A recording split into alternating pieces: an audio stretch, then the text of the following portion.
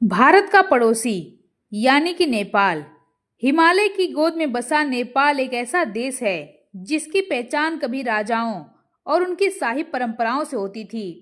लेकिन आज ये देश एक लोकतांत्रिक गणराज्य के रूप में अपनी राह तलाश रहा है। हालांकि यह सफर उतना भी आसान नहीं है। 240 साल पुरानी राजशाही का अंत, शाही परिवार का नरसंहार और इन सबके बाद लोकतंत्र की राह में आई चुनौतियों को देखते हुए लगता है कि नेपाल का इतिहास किसी क्राइम थ्रिलर से कम नहीं है, जिसके बाद आज एक बार फिर से नेपाल में राजशाही की वापसी की मांग उठ रही है। लेकिन आज अचानक से नेपाल में राजशाही की मांग क्यों उठ रही है, जबकि विश्व के तमाम देशों को देखा जाए तो वहां की जनता लोकतंत्र से खुश है। तो फिर नेपाल में राजतंत्र की भूमिका क्यों जरूरी है?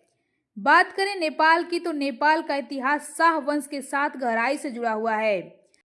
साल 1768 में गोरखा के राजा पृथ्वी नारायण शाह ने छोटे छोटे रजवाड़ों को एकजुट कर आधुनिक नेपाल की नींव रखी। इतिहास बताता है कि गोरखा साम्राज्य के अंतिम राजा और नेपाल साम्राज्य के पहले राजा पृथ्वी नारायण शाह ने 1769 में काठमांडू, पाटन और भदगांव के 3 मल्ल राज्यों पर विजय प्राप्त कर नेपाल का एकीकरण किया। शाह वंश का दावा था कि वे प्राचीन भारत के राजपूत के वंशज हैं। अगले 250 साल तक यह वंश नेपाल पर राज करता रहा। इस दौरान नेपाल ने ब्रिटिश औपनिवेशिक शासन से खुद को बचाए रखा। हालांकि 1814 से 16 के एंग्लो नेपाल युद्ध में उन्हें अपनी कुछ जमीनें गंवानी पड़ी, जो आज भारत के उत्तराखंड और हिमाचल प्रदेश का हिस्सा हैं। लेकिन फिर भी नेपाल ने ब्रिटिश हुकूमत कभी स्वीकार नहीं की, जिसके बाद 19वीं सदी में राणा वंश का उदय हुआ और उन्होंने शाह राजाओं को नाम मात्र का शासक बना दिया और असली सत्ता अपने हाथ में ले ली। राणाओं ने ब्रिटिश हुकूमत के साथ दोस्ताना रिश्ते रखे, लेकिन 1951 में जन आंदोलन के बाद राजा त्रिभुवन ने राणा शासन को उखाड़ फेंका और शाह वंश की सत्ता फिर से बहाल हुई।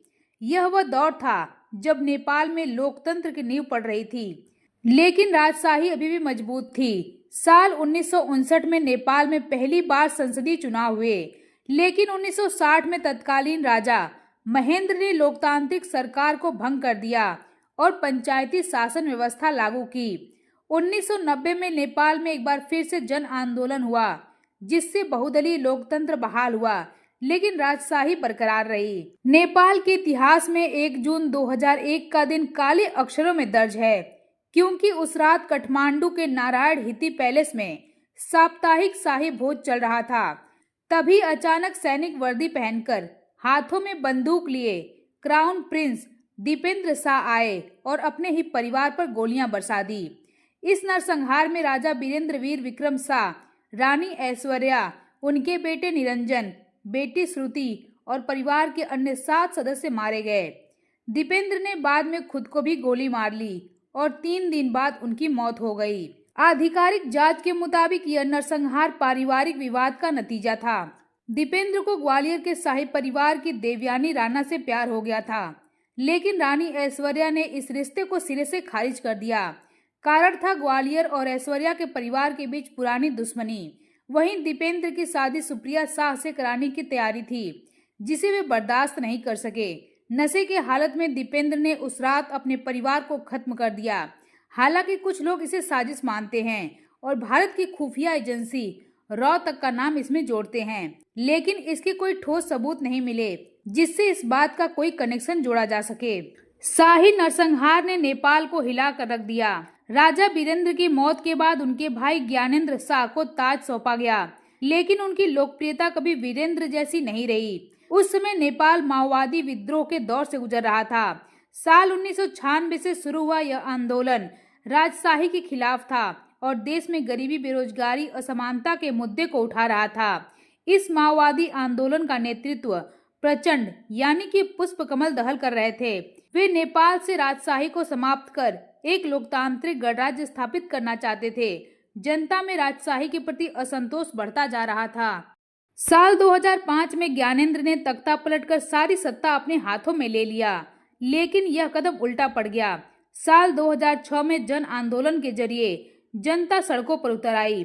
माओवादी और राजनीतिक दलों के दबाव में ज्ञानेंद्र को झुकना पड़ा। 28 मई 2008 को संविधान सभा ने 560/4 के बहुमत से राजशाही को खत्म कर नेपाल को संघीय लोकतांत्रिक गणराज्य घोषित कर दिया। ज्ञानेंद्र को नारायण हिती पैलेस छोड़ना पड़ा और वे निजी नागरिक बन गए, जिसके बाद अब मार्च 2025 तक देश में अस्थिरता काफी तेजी से बढ़ी है। राजनीतिक दलों पर भ्रष्टाचार के आरोप, आर्थिक संकट, हिंदू सांस्कृतिक पहचान के खत्म होने का डर जनता को परेशान कर रहा है। काठमांडू की सड़कों पर लोग राजा वापस आओ, देश बचाओ के नारे लगा रहे हैं। राष्ट्रीय प्रजातंत्र पार्टी और हिंदू संगठन नेपाल को फिर से हिंदू राष्ट्र बनाने की मांग कर रहे हैं। उनका तर्क है कि 80% से ज्यादा हिंदू आबादी वाले देश को सेकुलर बनाने की जरूरत नहीं। ज्ञानेंद्र शाह अब 77 साल के हैं और चुपचाप काठमांडू में रह रहे हैं। उनके पास अभी भी संपत्ति और प्रभाव है, लेकिन वे सत्ता में लौटने की कोई औपचारिक कोशिश नहीं कर रहे।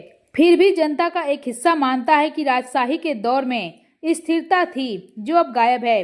दूसरी ओर माओवादी और लोकतांत्रिक नेता इसे लोकतंत्र के खिलाफ साजिश बता रहे हैं। कुल मिलाकर शाही नरसंहार से लेकर राजशाही के अंत तक यह देश कई उतार चढ़ाव से गुजरा है। भारत ने इसमें कई बार दोस्त और पड़ोसी की भूमिका निभाई, लेकिन आज नेपाल एक नए मोड़ पर खड़ा है, जहां लोकतंत्र के बाद राजशाही की मांग हो रही है। एक बड़ा जनमानस राजशाही चाहता है। उसे डर है अपने हिंदुत्व के खतरे की। उसे डर सता रहा है चीन की, जो हाल फिलहाल में नेपाल में तेजी से अपने पैर फैला रहा है। विकास के नाम पर नेपाल को अपने कर्ज में डुबा रहा है। नेपाल की जनता इस बात से भी डरी हुई है कि कहीं उनके देश का हाल भी उनके पड़ोसियों जैसा ना हो जाए। लेकिन अभी भी ये गंभीर मुद्दा है।